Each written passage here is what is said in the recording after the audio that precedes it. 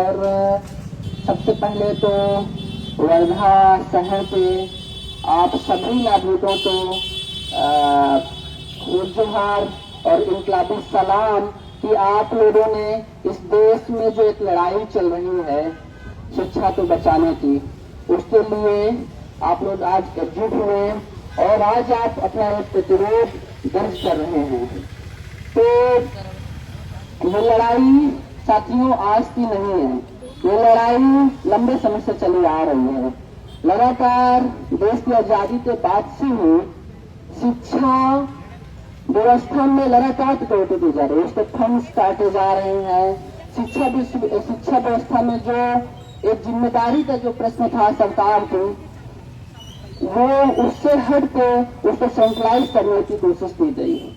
तो जब 91 में जो उदारीकरण की पूरी पॉलिसी आई, एलपीजी की जो पूरी पॉलिसी आई, उसके बाद से हम देखते हैं लगातार हमारी शिक्षा व्यवस्था को निजी हाथों में सौंपने की कवायद पेश की गई।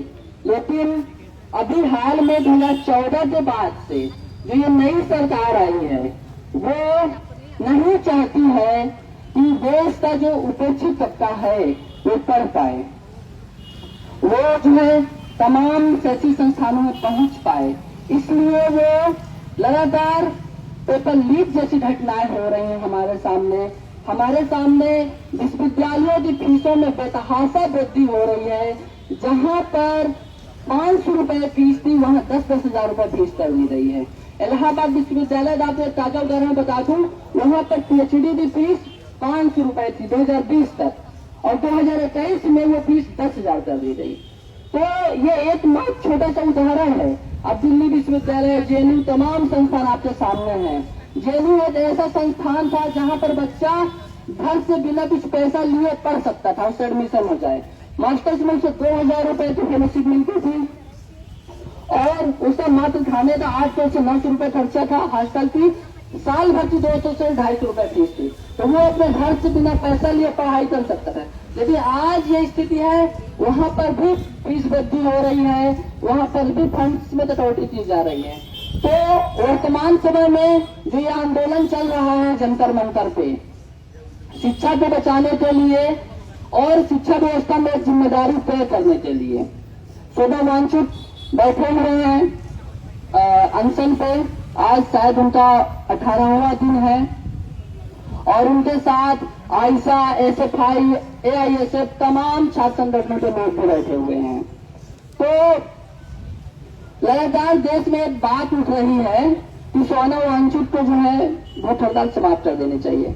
इस देश के नागरिक भी उनसे आह्वान कर रहे हैं, इस देश के तमाम विपक्षी पार्टियों के नेता भी उनसे आह्वान कर रहे हैं और देश के तमाम जो है जो सोशल एक्टिविस्ट है वो भी आह्वान कर रहे हैं। तो एक बात समझने की है कि हम शोभा वांछित और जो देश के छात्र अनशन पे बैठे हुए हैं, हम उनसे ये डिमांड कर रहे हैं कि आप भूख हड़ताल छोड़ दीजिए। मरना कोई विकल्प नहीं है, हमें भी लगता है कि मरना कोई विकल्प नहीं है। यदि हम इस देश की सरकार जिसके कान बहरे हो चुके हैं, जो अपनी जिम्मेदारी से हट रही है, उससे क्यों नहीं हम सवाल पूछ रहे हैं? हम अपने आप से क्यों नहीं सवाल पूछ रहे हैं कि हमने रोड पे आने का रास्ता बंद कर दिया है? इससे पहले देश में जितने आंदोलन होते थे, हमने एक दमन हुआ, सरकार ने हमारे आंदोलन का दमन करना चालू किया और हम पीछे हटते चले गए। जो ये हमारे पीछे हटने का जो सोच है, ये जो मानसिकता है, उसकी वजह से आज शोभा वांछित और तमाम छात्र आंदोलन में भूख हड़ताल करने के लिए विवश हो रहे हैं, क्योंकि एक लास्ट ऑप्शन वही बचा हुआ है। तो आज जरूरत है, हमें इस देश की सड़कों को भरने की जरूरत है। लोगों ने एक बात कही थी, देश की सड़कें जब सूनी हो जाती है तो देश की संसद आवारा हो जाती है। तो आज सच में ये देश की संसद आवारा हो गई है। वो आज अपनी जिम्मेदारी से पीछे हट रही है। नहीं तो इससे पहले भी भूख हड़ताल होते रहे हैं और सरकार जिम्मेदारी लेते रही है, लोग उठे भी हैं, उनको उठाया भी गया है, उनकी मांगे भी माने गई है। लेकिन आज ये निकम्मी सरकार, ये तानाशाही सरकार को कोई फर्क नहीं पड़ रहा है। वहां मोदी जो है पूरे दुनिया भर के देशों में ढूंढने जा रहा है और वो प्रधान जो है निकम्मा शिक्षा मंत्री, वो जो बैठ के रबाई और रबड़ी खा रहा है, मलाई और रबड़ी खा रहा है, और यहाँ पर जो है लोग भूख हड़ताल में मरने के लिए बैठे हुए हैं। तो ये आज हमें अपनी जवाबदेही तय करने की जरूरत है कि हम अपनी जवाबदेही तय करेंगे कि नहीं करेंगे। इसी देश में 94,000 विद्यालयों को पिछले 5 साल में बंद कर दिया गया है। लगभग 90 लाख से ऊपर छात्रों ने पिछले 5 साल में पढ़ाई करना छोड़ दिया है। ये इसी सरकार का डेटा है। और तो लोग क्यों पढ़ाई करना छोड़ रहे हैं? क्यों नहीं छोड़ेंगे? स्टूडेंट जो है परीक्षाओं की तैयारी करता है, तो जब इंटर में आता है तो उसका सपना होता है कि हम IAS बनेंगे। जब BA सेकेंड ईयर में जाता है तो उसका सपना हो जाता है नहीं PCS हो जाए। थर्ड ईयर में जब जाता है उसका सपना हो जाता है कि नहीं कोई नौकरी मिल जाए, कोई भी नौकरी मिल जाए।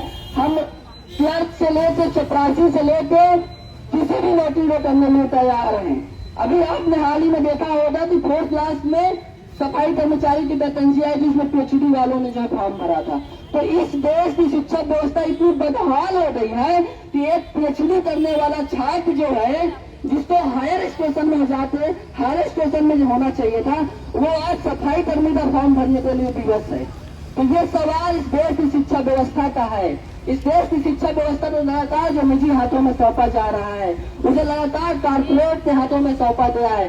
NTA जैसी जो प्राइवेट एजेंसी है, जो NGO है, उसके हाथों में आपने देश की सबसे बड़ी परीक्षा प्रणाली, चाहे वो UGC नेट की हो, चाहे वो नीट की हो, चाहे वो IIT JEE की हो, उन सभी जो है परीक्षा प्रणाली को जो आपने नीट जैसी एजेंसी जो एक प्राइवेट एजेंसी है और जो है वो एक NGO है, उसके हाथों में आपने सौंप दिया है। तो क्यों नहीं आपकी शिक्षा व्यवस्था बदहाल होगी? तो इस देश में जो शिक्षा व्यवस्था बदहाल है, उसमें हमारी भी अपनी नैतिक जिम्मेदारी है कि हम उतरे और भी भारी संख्या में उतरे। दूसरी बात एक सूचना भी है आप लोगों को। इसी आपके वर्धा शहर में हिंदी विश्वविद्यालय में कुछ छात्र आंदोलन पे धरने पे बैठे हुए हैं।